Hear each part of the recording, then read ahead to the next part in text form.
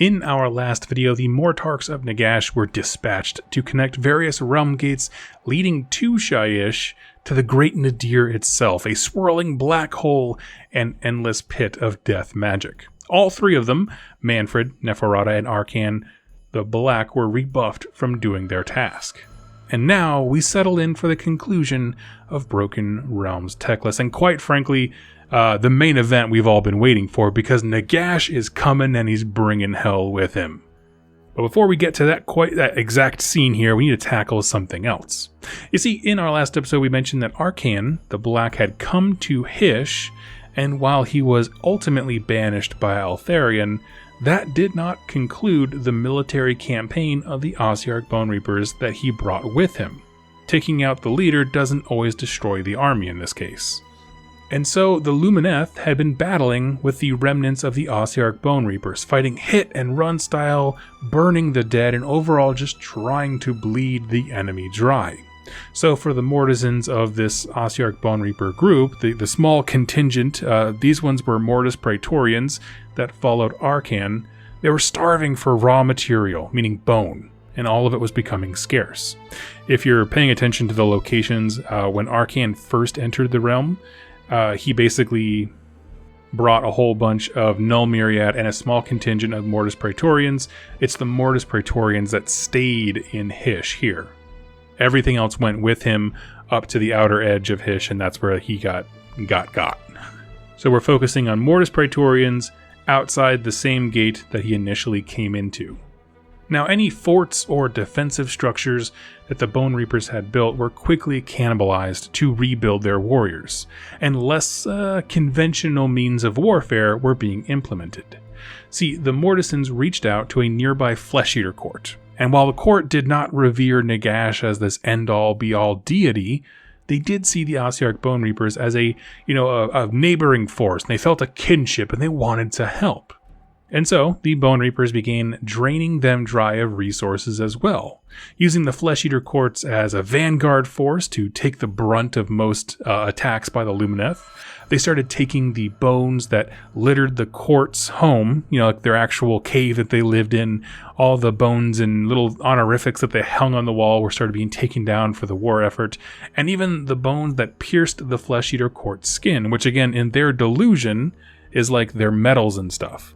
And so kind of playing with that delusion, this is a whole lot, because in their mind, the Flesh Eater court's mind, imagine if your neighbor was like, hey buddy, I need to borrow some metal, and they just kind of went into your house and started taking all of your jewelry and your family heirlooms and all your metal models and melting them down. But the Ossiarch Bone Reapers needed more. And it reached a point where the Flesh Eater King just said, enough is enough, we can't help you anymore. And he went to go speak to the Mortisan. However, what he found was nothing but trouble. The Ossiarch Bone Reaper had received orders to finally kind of kill off some of the leadership of this Flesh Eater court force and take their bones. And so one death army stole from another, just kind of cannibalized itself. And within the delusion of the Flesh Eater courts, it was as if a trusted ally and friend had stabbed them in the back, but ultimately, it was always going to end up this way. While the Ossiarch Bone Reapers they do have this degree of freedom and personality to them, once that order comes in, they can't disobey it. It's like programming. 1 minute they could be trying to, work with the Flesh Eater courts and entreaty them, and the next second they're just like mindless robots. And really, that's all the preface that we need. And I think it's important because A, we have to highlight the fact of why Flesh Eater courts have a battalion in this book, because without this little bit, they don't really make much of an appearance. And B, bring up that even though there's a gap of time between Arkhan being banished and Nagash coming into the realm, the Lumineth of specifically the great nation Emetrica never got a reprieve. That's the real point that I wanted to kind of throw out there. Now at this point, we have some timeline crossovers. Teclis is nowhere to be seen, nor is Tyrion. And the rumors going around are that Archaon the Everchosen had somehow found the super secret location of Slaanesh and was trying to break him free. Which means that this part of our story is running concurrently with Wrath of the Everchosen, which also does explain why Catacross and Lady Olander weren't in that, in the Zoom meeting that Nagash put down to have the Mortarchs go out and mess stuff up. If you want to know more about Wrath of the Everchosen, I did a full deep dive into that campaign. It is still, it's still definitely my favorite of the campaign books that Games Workshop's put out. It was an absolute blast. I'll leave a link in the description below. But what this means is these two factions, the Lumineth of Hysh and the Ossiarch Bone Reapers, are deeply entrenched in war across numerous fronts. Now we have Hysh and Shyish over some period of time, which is fair because they don't have cars. These mass armies take time to move, and so there's just a lot of pieces at play. The Ossiarch Bone Reapers are in the 8 points, and they're in Shyish, and they're in Hysh, and the Lumineth Realm Lords are in 2 different realms, spreading their forces wide. There's just a lot of moving parts going on. This also means that Teclis and Tyrion are busy and gone, while Nagash is still in play. And when the Black Pit Realm Gate, the same Realm Gate I said before that Arcan was pushed back into initially, began to heave and bend, the citizens of Emetrica knew something bad was about to happen. In the realm of Hysh, the light itself began to dim and bow. Like a shadow without form was making it, right? Darkness leaked from the Realm Gate into the local area, as Nagash, Supreme Necromancer himself, stepped through into Hysh. And I have to say, the depiction of darkness that follows him is so terrific, right? It's honestly the kind of momentous feeling that a god walking among mortals should have. And after entering Hysh, Nagash knew exactly where he was headed, and he turned and faced the Avalorian Mountains. Now, this is the point where I want to make an important note again for you. The Lumineth Realm Lords' unique thing, their shtick, is their ability to commune with the spirits of nature and allow them to take physical form. So Nagash headed towards the Avalorian Mountains is in essence him walking right up to that named character, the spirit of the mountain, Avelinor. It's his essence, it's his true form. And as the great necromancer treads upon his peaks, elsewhere in the realms, I think it's Chaman if I'm not mistaken, Avelinor begins to go from this perfect stone titan and this living icon of their beliefs as Lumineth into a brittle hunk of clay, right? Destroying the mountain destroys its spirit. Now, this is a massive insult to the Lumineth Realm Lords. That mountain and the spirit of it, of Eleanor, is an incredibly well-known and important part of Lumineth culture, right? He's more than just a named character, but one of the earliest and most important elementari to exist. And because this void and cloud of darkness that surrounds Nagash is sweeping over this prominent mountain range, dang near everyone in Emetrica can see it. So the elves here, they can't just let this happen. But they also know they do not stand a chance against Nagash. And so the march of the Emetrican army began marching towards the mountains of Eleanor. They know their fate, they know they're going to die, but they're duty-bound to fulfill it. And they, of course, sent riders to the other great nations, but they always knew there's no time for those other nations to muster an army and arrive. And as the army approached the site where Nagash stood, the leader of this elven force was hoping to use artillery to his advantage, right? Hoping to apply some damage to the god of death at range and pull him away from the mountain. Maybe if we shoot at him enough, he'll get mad and he'll leave Avelinor alone, he'll come to us, kind of a thing. But the Cathalars stopped him. The reason they did so is because all around Nagash himself was an odd ethereal glow, kind of like an orb or a ball surrounding him. And so naturally, the Lumineth here thought, oh, it's a bunch of Nighthaunt. He just brought an army with him. But the Cathalars knew otherwise. They could see that these were souls of the Lumineth Realm Lords that had died in the campaigns over in Shyish. Nagash brought them here and used the souls of elven kin to shield him, and that is some big brain energy. The Lumineth and by extension Teclis have such a long history that is so tightly linked to saving and creating these elven souls that they would never dare fire upon them. It was downright evil, but equally effective.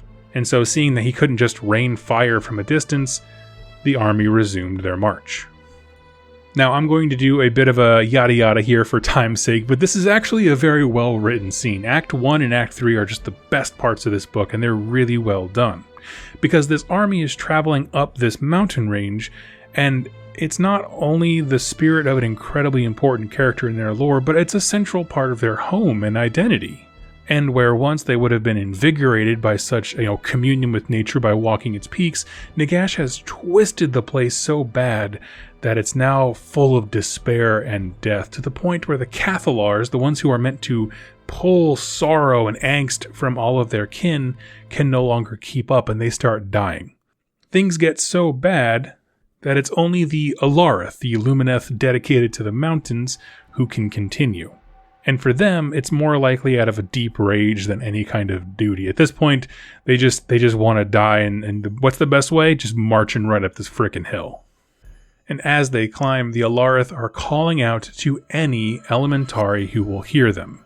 And again, elementari, for those of you who are newer, it's any kind of spirit of nature, elementals. There are other mountains, of course, but they're going to take a little bit of time to get here. However, the 77 wind spirits of Hysh hear the plea and act. And even though the Alarith aren't their devotees, these spirits see the threat Nagash presents. And so this is a make it work moment, right? All hands on deck. So the wind spirits begin pushing the Alarith forwards. If one slips and, instead of falling or crumbling down this mountain, they're caught by the wind and kind of set back on their path. And these warriors are climbing into a hellish purple vortex that surrounds the giant skeletal form of Nagash, when at last Teclis arrives in the nick of time. Now, I assume that he has just gotten back from the Slaanesh prison, and he has the following conversation, which is super interesting and full of little tidbits. I'm going to read it to you right now. The sky screamed. The stony ground shuddered. Stale black gore drifted from a vortex of death magic that swirled around the peak of Mount Avelinor, like a dark crown. Here was the great sacrifice Nagash needed to power his theft. Not a mortal soul, but that of a living mountain. Its end would be enough. That much Hysh itself knew, and had already spoken through the wisdom of Selenor. If Avelinor died, what other peak could hope to survive? Teclis narrowed his eyes against the whipping wind as he descended like a spear hurled from the vaults of heaven. He pierced the storm of deathly energies at the peak, magic funneling into a cyclone around him. He did not need his witch sight to pick out the monstrosity within. Lit from below by amethyst light, Nagash was the stuff of nightmares given gargantuan form. "And so you come at last," the god of undeath spoke, without turning, hands still buried in the stone of Avelinor, as if the mountains were made of clay. "You can stop all this, even now," said Teclis. "It will not go well for you otherwise. Everything but Nagash himself must end." The skeletal figure turned, his eyes blazing emerald green against the purplish pall of deathly energy. "Even you, godling." "True, I feel. Yet I have a legacy in place, and it will not be you who brings about my demise. Was it not elven magic from which you stole your power when you were little more than a fratricidal priest?" "You speak of fratricide," boomed Nagash. "You, whose machinations doomed your brother in a former life and blinded him in this one. Perhaps there is a reason he is not here to fight alongside you." "My brother fights in his own way," said Teclis, "against a foe far deadlier than you." "There is no such being." Nagash pulled his skeletal claws from the peak of the mountain and spoke a word of power. A trio of purple suns blazing into life around each of his wrists. He hurled them at Teclis, the malevolent orbs forming a deathly meteor shower that blazed towards him. They hit him with full force. Suddenly, the mage god was on the other side of the peak, framed by a nimbus of moonlight, with Selenor spreading his wings behind him. "In that," said Teclis, "you are quite wrong." So the fight begins, right? The moment we've all been waiting for. Selenor starts things off, unable to bide his patience anymore after seeing what Nagash had done to his realm.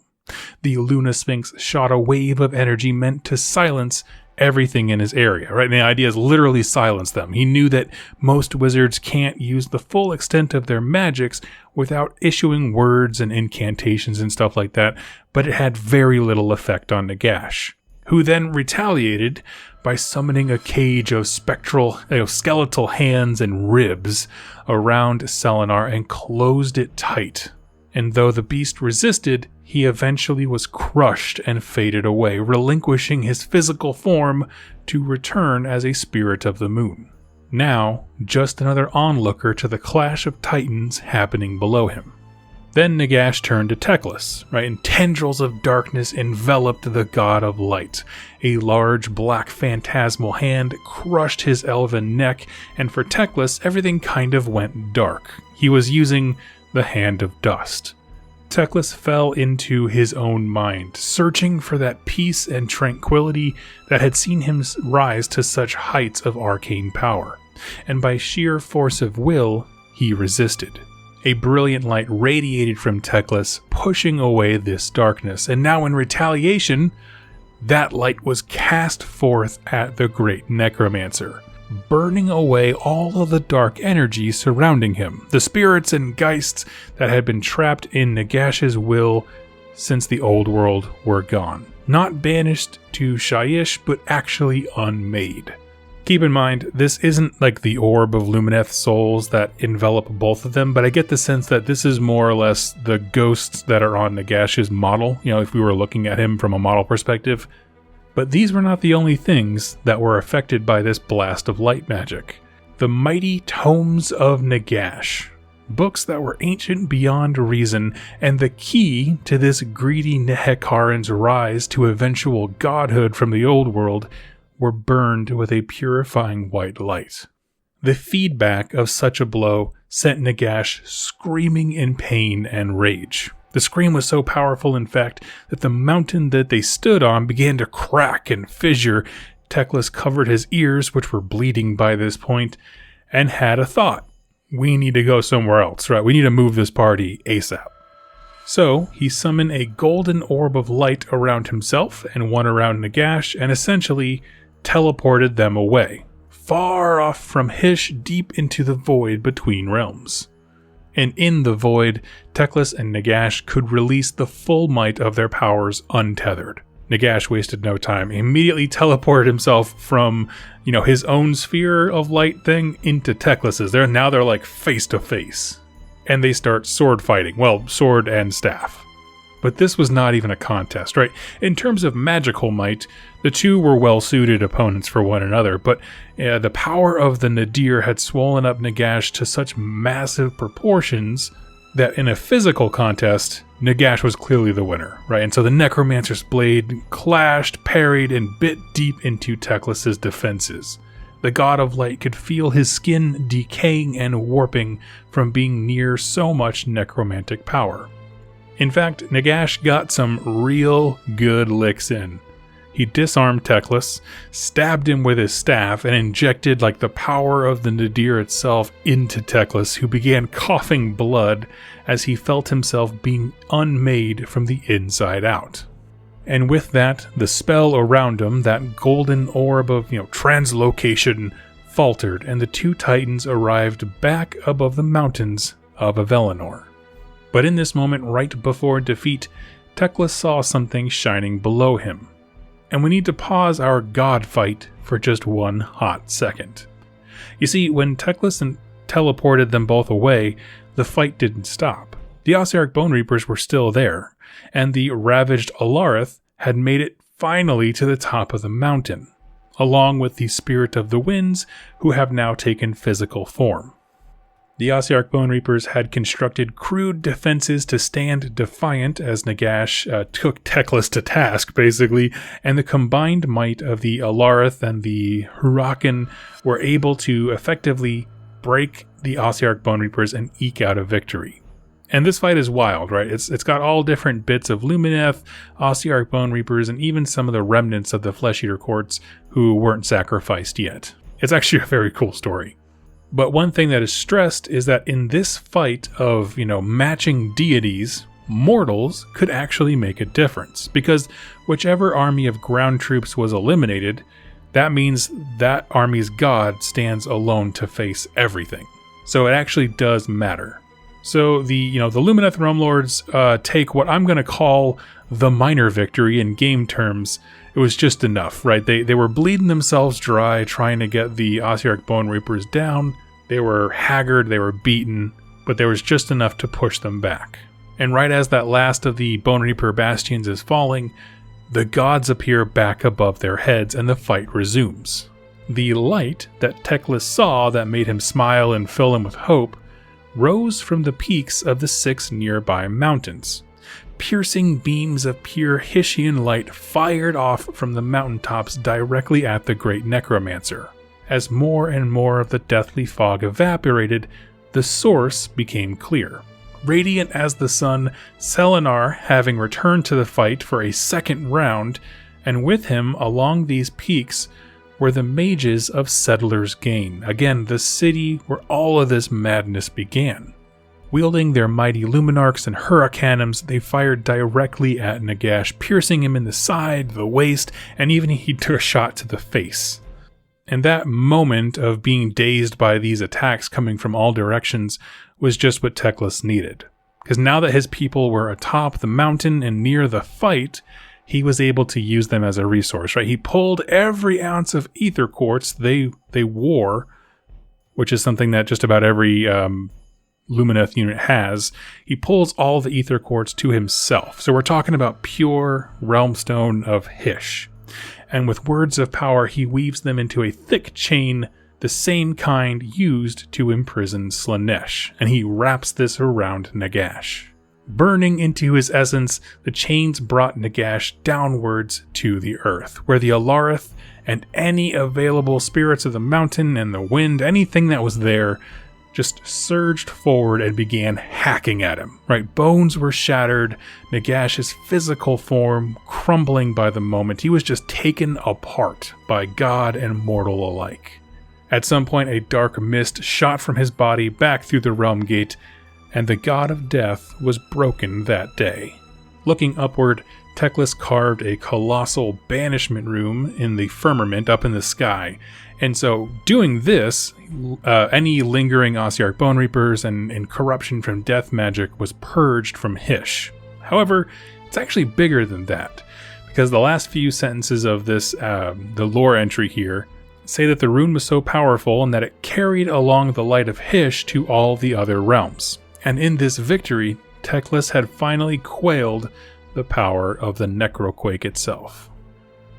And that, friends, is the conclusion of Broken Realms Teclis. But there is one last conversation between Alariel and Teclis that happens afterwards, but there's a lot of foreshadowing, so I want to give it its own separate video for discussion, but this is the core crux of the main plot, Nagash and Teclis dueling it out.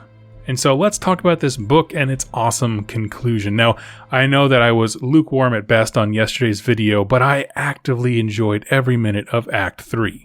The mortal forces mattered in a fight amongst gods. The Alarith we followed had a role and contributed in an immensely important way. Them and the Ossiarch Bone Reapers trying to ensure that their deity would stand triumphant at the end, and the whole tale of them climbing the mountain was just incredible.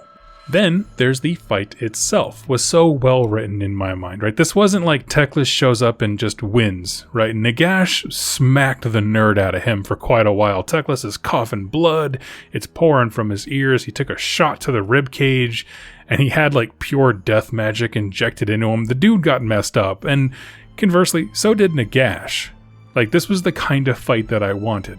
And while I did enjoy the description of the blow-by-blow, right, the attack and defense and the counterattack and all this stuff, I was also looking at this from the perspective of how mortals view it, right? We started this whole week by asking the question, what is it like for gods to fight?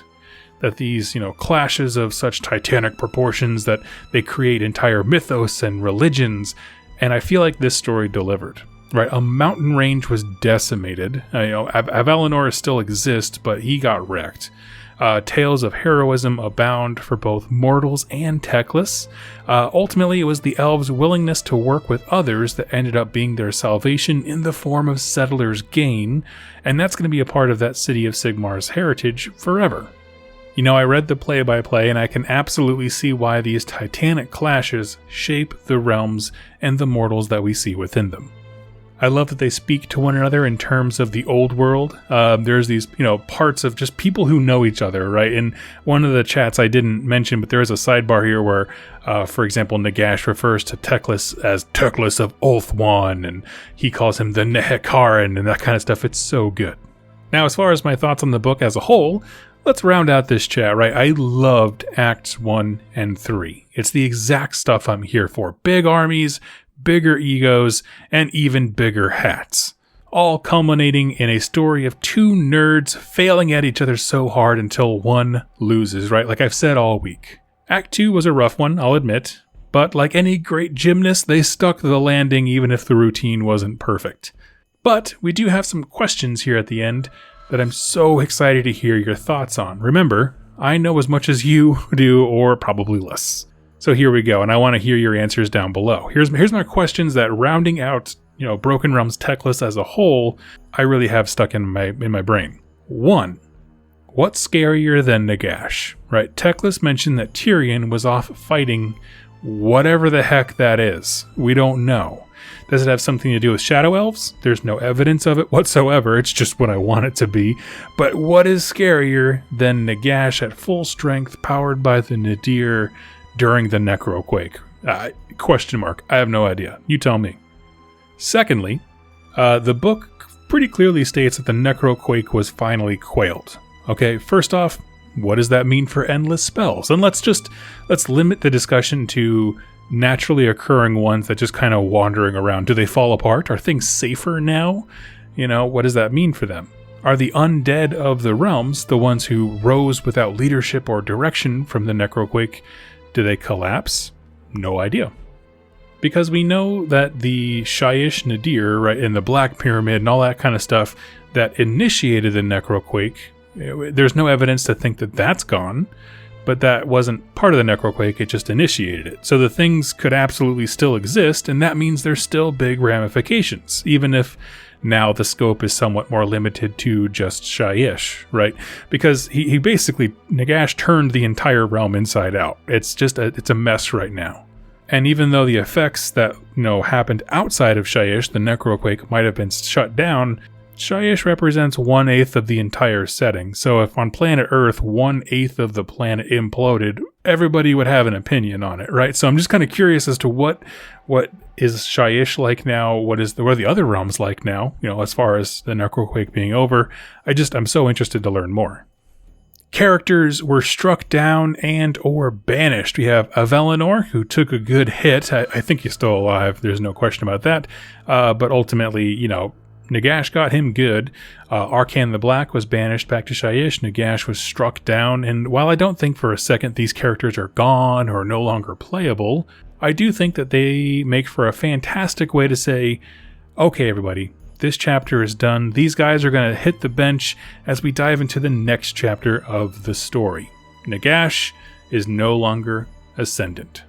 He had the last 2 years or whatever. We're going to take a beat and move on. This book also had a lot of conversations between gods, most notably Teclis and Alariel and Nagash, those three really, and I absolutely loved it, right? Really the most dialogue of gods we've seen to date, and it's just dripping with drama and friction and foreshadowing. I just loved it, and a lot of these things are just like warnings that stick out to you, and I don't know, I thought it was extremely well done.